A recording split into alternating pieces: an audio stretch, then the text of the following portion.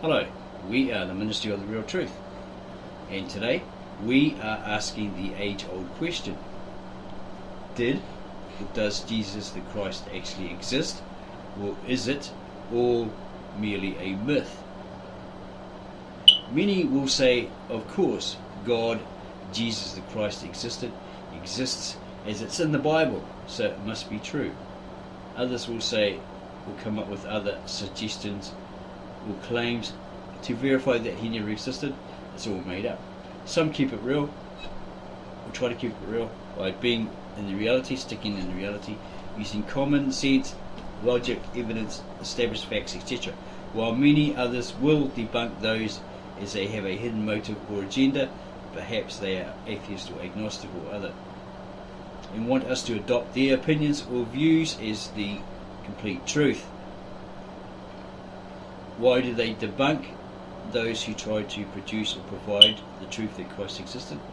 Because they can, and they will.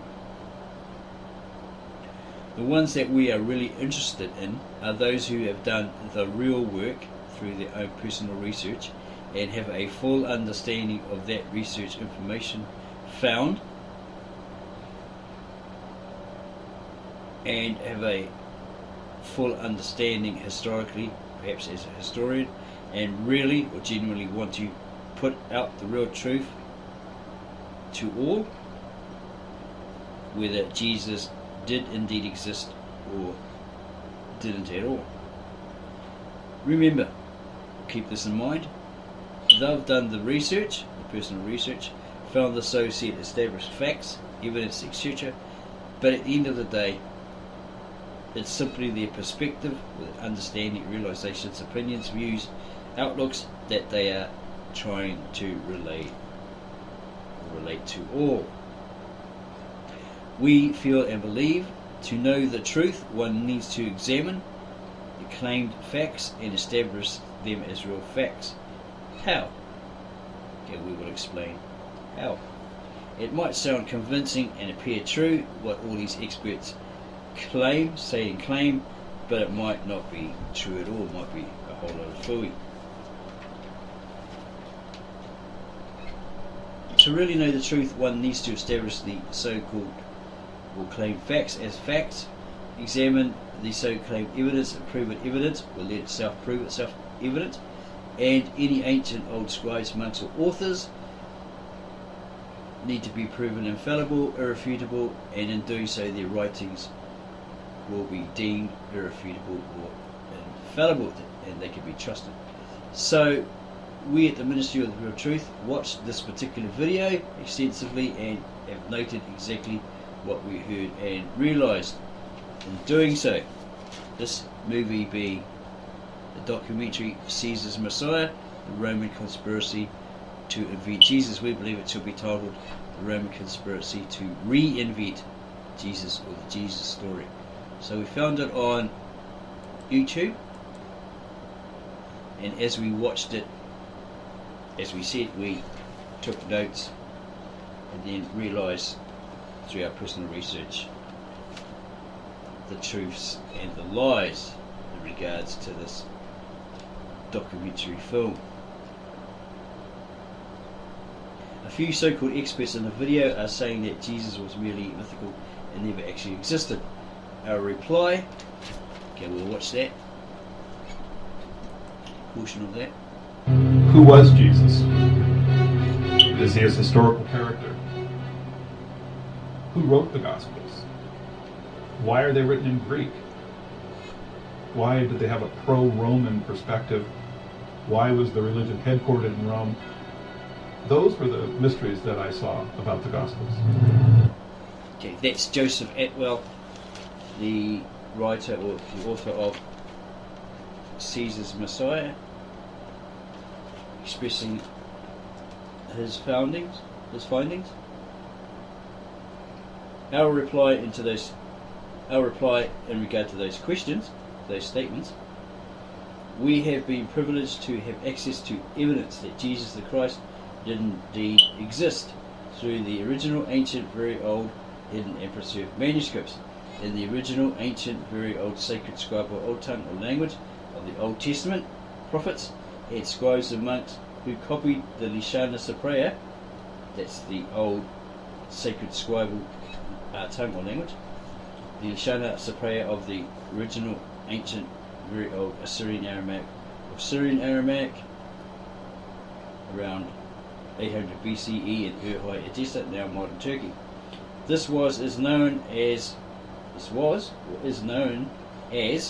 Kitab Ashrit, the sister language of the original very old Kitab Ivri or Hebrew. That's the Assyrian Aramaic or Syrian Aramaic, is the sister language of the original ancient very old Hebrew. And also the hidden preserved Galilean Aramaic that Jesus and his disciples spoke, translated into the nearest English equivalent, and as close to what the original ancient manuscripts or scriptures actually say, translated into English by the native-born Aramaic-speaking translator from Bet Naharain or Mesopotamia in Assyria or Syria, Victor N. Alexander, with over 15 years experience in translating these scriptures. People may ask, oh okay, so how do we know if these original manuscripts are actually real and the translators aren't just another bunch of translators or liars? We suggest find a way to get a hold of these people, the translators, debate them, query them incessantly and ask to see these so-called original ancient, very old, hidden and preserved manuscripts. Pay for a reliable top expert who can examine them thoroughly and give you his honest, no BS, hype or fluff opinion of what he or she finds. Try to contact Victor N. Alexander, Victor Nimrod Alexander, the translator of the original ancient Old Testament and Galilean Aramaic New Testament. Andrew Gabriel Roth, the translator at the website thearamaicScriptures.com, who translated the supposedly original Syriac Peshitta into the nearest English equivalent. Or Dr. Professor James De Francisco, who actually met these two people, and Rabbi Tovia Singer. Dr. Professor James De Francisco, who has 2 doctorates or PhDs in the Aramaic Hebrew, the modern Syriac, and the modern Israeli Hebrew languages. Victor N. Alexander bought a Bible format copy of the original ancient or very old manuscripts from a high priest of the original ancient Apostolic Church of the East. But keep in mind, though, that this is the revived Apostolic Church of the East, who still faithfully follow all the original customs, traditions, rites, etc. of the original ancient church founded by the disciples Thomas, possibly with Addai's, Thaddeus's, Peter and Bartholomew's help in establishing it in the East. We can endlessly provide you with evidence from the revived Apostolic Church of the East, but this could be hard, and we have to present it probably through 1 to 10 or more videos to give you all that information, all that fact, evidence, etc. It would take time and effort, hard work to bring all of the evidence to all, but we are prepared to do that work and put in that effort in order to bring that evidence to you. For we are the ministry of the real truth. We strive to bring you the real truth, the whole truth, and nothing but that truth. No hype, no fluff, or other BS. So subscribe to us now, give us a like, add comments in the comment section below this video, share this video with all you know, friends, family, church members, etc., etc., as they really deserve to know the real truth, the whole truth, and nothing but that truth, without that hype, fluff, and BS that they're accustomed to, being duped by. So we have the evidence that Jesus the Christ, Jesus the Messiah, actually existed through the original ancient or very old, hidden and therefore preserved manuscripts, the Kitab Ashrit, the Galilean Aramaic manuscripts, given to the original ancient very old Apostolic Church of the East in Ur-Hai Edessa, We have had years of correspondence with Victor and Alexander and have tried to catch him out many times, but to no success. So we fully believe he is he's genuine. Okay. Therefore, trust his translations of the original language spoken by both Jesus and his disciples, faithfully translated into English by him. We were also privileged to have access to his former website, www.va.com, which was taken down for unverified reasons, but we found a way to, quote, revive it, unquote, and therefore created our channel and videos around it. We are working on the many videos on that particular website to bring you so you can see what he had to say, because he's only got like one video up on YouTube and the other one is like dubbed over for music, so you can't really hear what he's saying. But because Adobe Flash is no longer available, and any other add-on, i.e. Flash Player 21 or 22, do not work, this could prove difficult, but we will strive to bring those videos to you if we can. Okay, so they ask here, who wrote the Gospels? Why are they written in Greek? Our answer is, this was done as St. Paul was commissioned by God to spread the good news about Jesus the Christ to the non-Jews or Gentiles or other nations, the Romans, Greeks, etc. The Greeks took it and tried to translate the Hebrew Aramaic into Greek, but perhaps had difficulties in doing so. Or someone like St. Paul learned the Greek and translated all into Greek. Or the Greeks wanting to recreate all so it would appear very Greek or Greeky, and give one the impression that it was originally Greek in origin, or other reasons, as they did when they took or plagiarized the ancient Egyptian texts in Alexandria and other ideas, philosophies of the ancient Egyptians or ancient Kemet, and in Athens, etc., claimed them as original Greek thoughts or ideas, etc. These new philosophies, i.e. stolen philosophies, were a hit for a while in Greece, in Athens, until the Athenian elites, the top philosophers, didn't like the idea it was becoming more popular than their older philosophical ideas, etc., etc. So had anyone teaching these to be beheaded, exiled or thrown into prison in order to stamp out the new trend completely. Find the evidence for this fact. Do your own personal research online.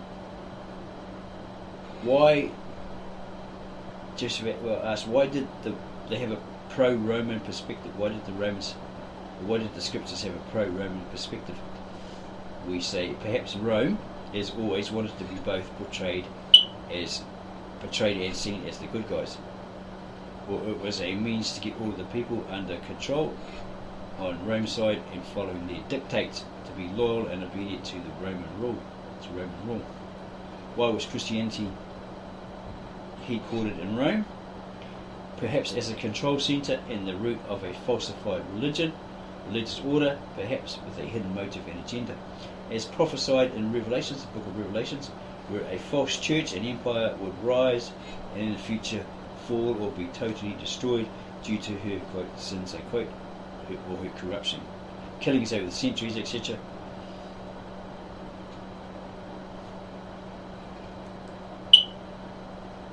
The origin of the Christian religion has been a subject steeped in mystery for nearly 2,000 years. Okay, the statement there was made, the origin of Christianity was a mystery for 2,000 years. Well, we think not so much if one knows where the word Christian originated from. It was a Roman loan word from the Greek, as mentioned, possibly mentioned in this video. The word Christos, given to Christians by the Romans, meaning slaves to the Christos or the Christ.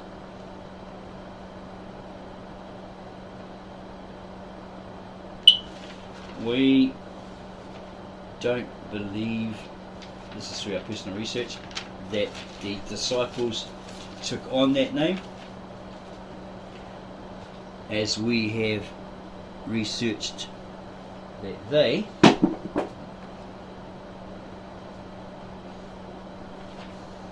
as we have researched that the original disciples, from Peter to Thomas, Galilean speaking Galileans, they were Galilean speaking Galileans.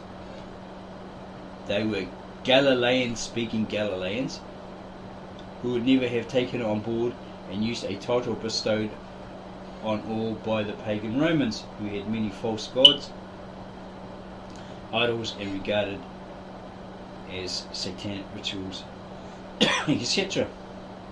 Like bull sacrifices, worshipping idols, and the emperors as gods. As they, Peter, and here is evidence, according to the scriptures, were Jews or Galileans living under Jewish law, the Mosaic laws, customs, traditions, etc., enforced all by the temple high priests, the Pharisees, Sadducees, etc. These disciples, or these Galileans, were so kosher that in scripture Peter had a vision and was told that God had made all animals clean and that he should find, kill and eat certain animals, but he refused, stating he only ate kosher, as Jews do today. He was also told to go meet a Roman, perhaps a centurion, at a certain household, but he refused, as Jews never talked, sat with, or ate with the non-Jews or Gentiles or pagans, i.e. the Romans.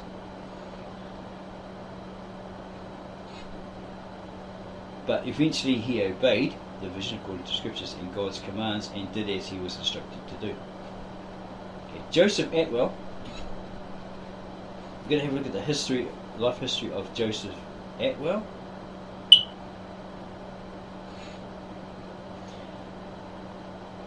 He claims, due to his examination of the original text, but he doesn't. He claims, due to his examination of the original text, he realised all that he states in this video. But he doesn't indicate which original text he translated or read from. So we're assuming that he probably translated from the Greek or a Latinized form of Hebrew.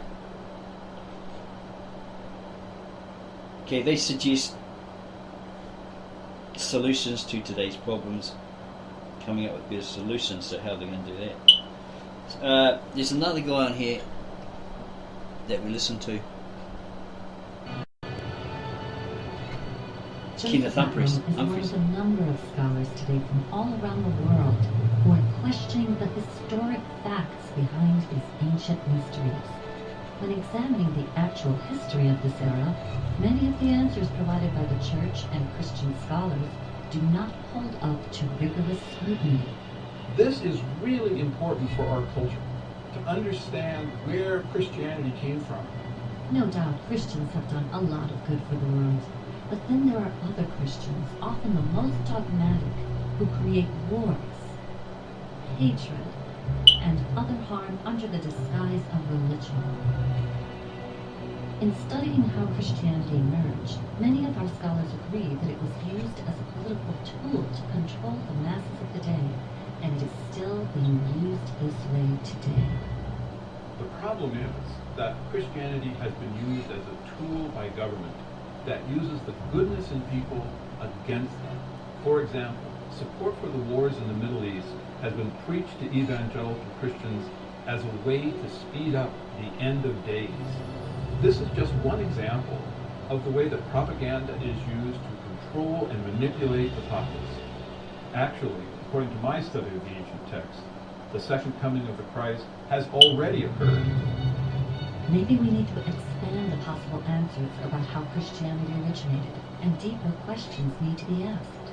Maybe we need to examine what political motives were behind the formation of the Christian religion. I think it's a requirement of alert citizens to know how the Gospels were written, why they were written, who produced them, what was the purpose and back of all this. This is good citizenry. Everyone should be involved in this. Today, we live on the brink of an immense paradigm shift, and this modern time is very parallel to the era in which Christianity emerged. Studying this ancient era can give us the perspective needed coming up with solutions to today's problems and for helping create the better world that we envision. So again we ask, how are they going to do that?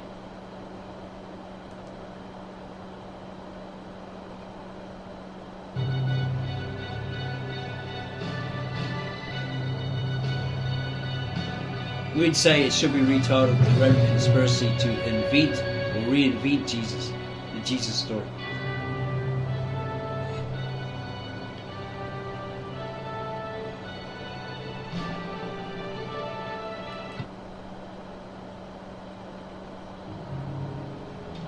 I began reading a number of books on the subject. This turned into a decade-long research. For Joseph Atwill, the key was in the Dead Sea Scrolls, the only Jewish literature ever discovered from the 1st century AD or CE, the time that Jesus would have been preaching among the Jews. So they're saying that this is the only original manuscripts or scriptures found, the Dead Sea Scroll. There's no other in the 1st century AD. But we, mentioning the hidden and therefore preserved for 2,000 years ancient Galilean Aramaic scriptures by the original Church of the East, would be the other, right, hidden and preserved from the Roman Catholics who would have wanted to destroy it, or the Romans who would have wanted to destroy it and put those who possessed it to the sword. Joseph Atwill states he began to read a lot of books on the subject, a decade-long research, and the key was in the Dead Sea Scrolls. The key to, we ask, literature discovered. Okay, so, the only literature that was discovered, the only Jewish scriptures found from the lifetime of Jesus in the 1st century AD. Then he states all the characters in the Dead Sea Scrolls were militaristic, fundamentalists. The Jews in these scriptures were pacifists in the Gospels. They wanted to push. Okay, repeat that. Joseph Atwill states all the characters in the Dead Sea Scrolls were militant or militaristic fundamentalists. Yet the Jews in the New Testament scriptures were pacifists in the New Testament Gospels, and these characters in the Dead Sea Scrolls wanted to push the foreigners, the Romans, out of Jerusalem, etc. This is supposedly stated by Josephus, Flavius Josephus, in the New Testament and Wars of the Jews by him, and closely parallels to the Roman works of Flavius Titus, who led a campaign 40 years after Jesus, that Christianity had been created by the Flavian family, reshaped Rome. Did they reshape Christianity? And they reshaped Christianity, Judaism, etc. Did they? They state their writings of Joseph Flavius proved true. Julius Caesar, 49 BC. All Caesars in this family, Tiberius, in Jesus' days, as seen in Revelations, via the Galilean Aramaic NT, says that Tiberius was in reign during Jesus' ministry, and further history proves that this possibly started the Roman Caesars becoming gods, claimed to be gods or descended from God, sons of God. In this era, Messianic Jews, or later, after Christ, Messianic Jews defeated Rome They set up a Jewish community, so Rome had to end this. This is the community at Masada. Okay, Titus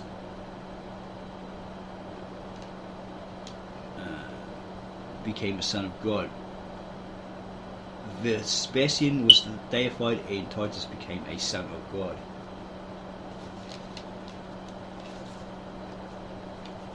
Okay, the Roman pagan cult then becomes the Roman Catholic Church, priests of Rome. They just changed their appearance, their clothing, etc., etc. They were worshipping supposedly these emperors as gods, or a dying, resurrecting being